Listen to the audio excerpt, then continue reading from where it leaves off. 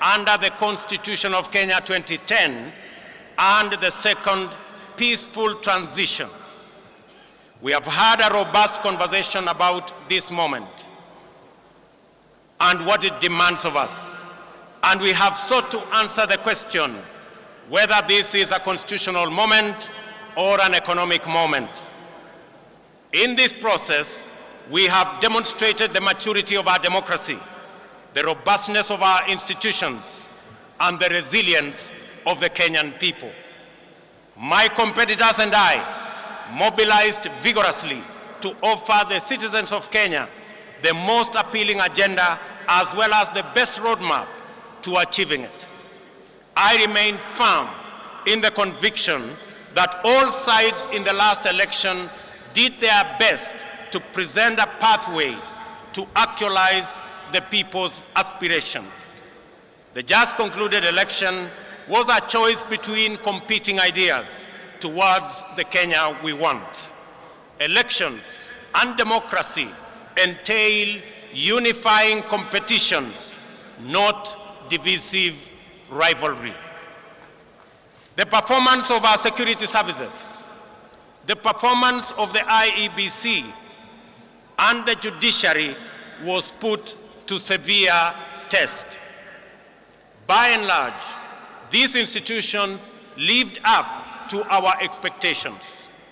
We can only aspire to do better in future, and I give my undertaking that my administration shall work to ensure that the bar is raised even higher for the next general elections.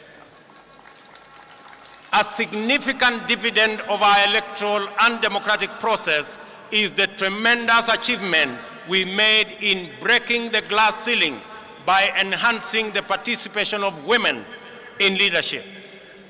7 women were elected as governors, up from 3 in the last election. 29 women were elected as members of the National Assembly, up from 23 in 2017. 7 women deputy governors and 3 women senators were elected as well. It is very clear that this election had many winners, far exceeding those who were actually elected. By far,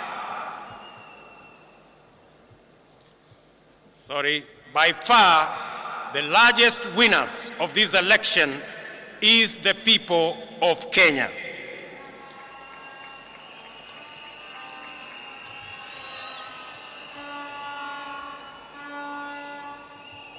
We have done well as a nation. We have blazed the trail in an increasingly challenging environment where democracy is consistently on trial. We have come a long way in our nation's journey to freedom, and going by our most recent performance in these elections, we conclude in confidence that we are almost home. Allow me, ladies and gentlemen, to single out the Independent Electoral and Boundaries Commission for special commendation for the courage to do the right thing under exceptionally challenging circumstances.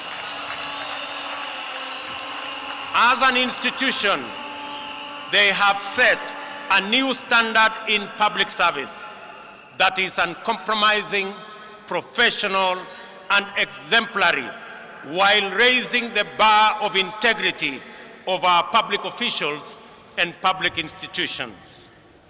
It is appropriate to single out for special mention the chair of the IEBC, Wafula Chebukati, for standing firm,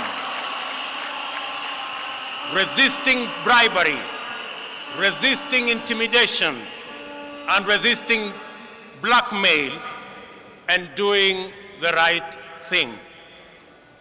It is also appropriate to celebrate our judiciary for sustaining its tradition of boldly giving much-needed guidance, especially in allaying post-election anxieties and resolving grievances in a sensitive, credible, and authoritative manner.